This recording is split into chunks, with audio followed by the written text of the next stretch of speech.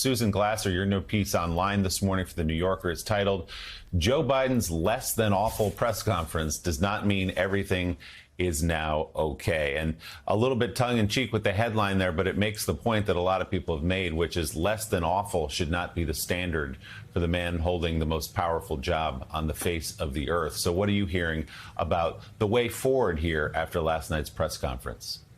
Well, that's right. You started with the observation that the bar has been set so very low. And I think in many ways this press conference is a preview of what the campaign looks like from here on in for Democrats as long as Joe Biden remains at the top of their ticket, which is to say every public appearance is going to be accompanied by, sort of holding your breath, wondering how he's going to do. Are we just one gaffe away from, a whole new round of recriminations and fears around Biden's viability? Because I think, to John's point, this is not about any individual appearance anymore.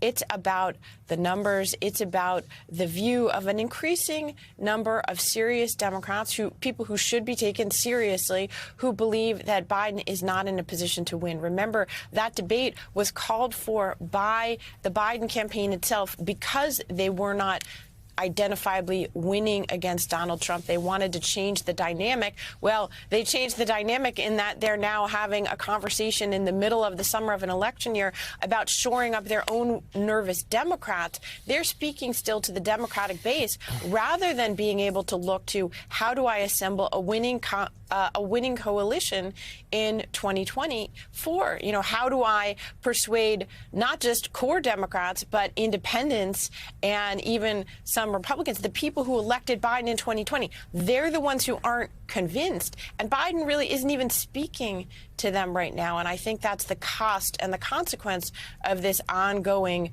internal fight among the Democrats.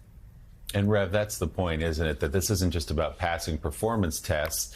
It's the deep-seated concern that Joe Biden cannot win based on his performance, based on his age, based on the perception that he is too old to have the job.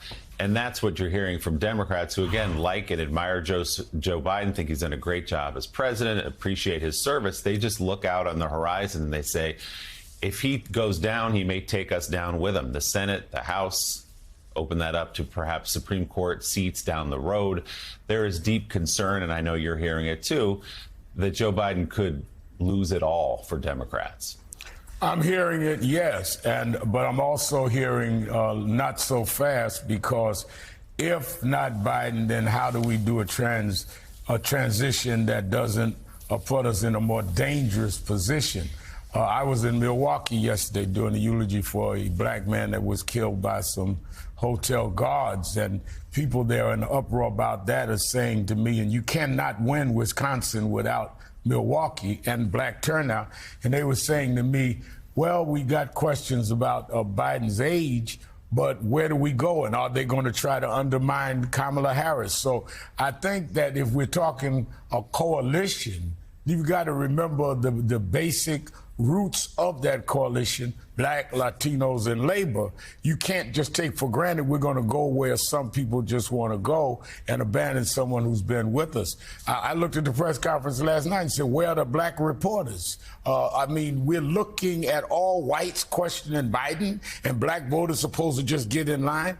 So I think that a lot of the people that are stepping out there are taking things for granted. You notice that maybe only one member of the Congressional Black Caucus has even said Biden ought to step aside. Congressman Jim Clyburn is going to be on Politics Nation with me on tomorrow night. I'm going to be guided a lot by what he has to say. Don't forget, it was the stonewall of the black vote and then the Latino vote that put Biden in nomination. And for us to be out of these discussions, I think is offensive and elitist. And we should note the White House is the one who determined which reporters got questions yesterday. That's who I was addressing, the White House. So, Michael Schmidt, no doubt campaign aides, Democrats, White House officials feel better this morning. But to the point around this conversation, it's unclear what last night's news conference really changed for the big picture for the party. And you were part of a team that had reporting that emerged before the news conference about how some Biden advisors, maybe not the closest advisors, but some Biden advisors are actually having quiet conversations about how to gently steer the president out of the race. Tell us about it. Yeah, and he sort of nodded to some of these issues last night in his press conference. But what these aides have basically come to the conclusion of is that he does have to step aside, and that to do that, they have to convince him of the need to do that. And the biggest thing that they face is basically showing and telling him and convincing him that he cannot win. And he is someone who has become even more entrenched in that view since the debate. Before the debate, he thought that he had a far better chance than his vice president of beating Trump, and that has not changed. And that puts this story truly in a standoff. It's a standoff between a president and his party.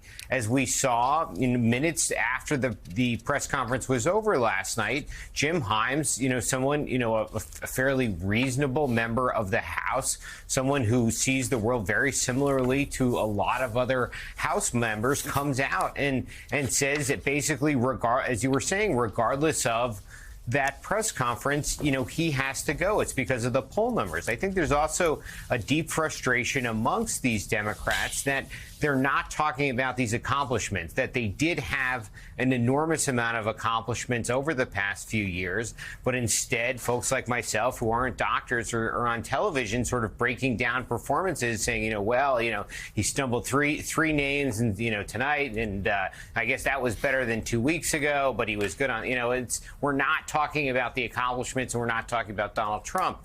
And one more thing that I wanted to add is that I've talked to one of the 17 that has broken, and what he said to me was actually pretty interesting. He said, I didn't know what the reaction was going to be from my constituents when I did this.